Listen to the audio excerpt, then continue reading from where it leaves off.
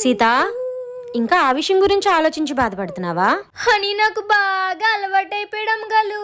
అయినా అసలు ఈ నిర్ణయం నీ వల్లే నేను తీసుకోవాల్సి వచ్చింది. నువ్వు ఈ హనికి చేయమంటే ఆ హనికి, ఆ హనికి చేయమంటే ఈ హనికి, అన్ని పనులు విచిత్రంగా చేసి నా బుర్ర పిచ్చెక్కించేసావు. మరేం చేయమంటావు? చాలా సేపటి నుంచి చూస్తున్నాను, మన హనిగాడు ఇక్కడే కనిపించట్లేదు. ఊరుకోండి అమ్మగారు, నేను మన హనీని తీసుకెళ్ళిపోయాలని బాధపడుతుంటే మీ లేట్ కుక్క హనీ కోసం అడుగుతున్నారు. నేను అడుగుతుంది కుక్క హని కోసం కాదు, నా కొడుకు హని కోసం. హనీని ఇందాకలేదో బండొత్త ఎక్కించమన్నారు కదా, అది ఎక్కించి పంపిస్తాను. ఇందాకొచ్చిన కుక్కల బండిలో మన హనీని ఎక్కించి పంపిస్తా.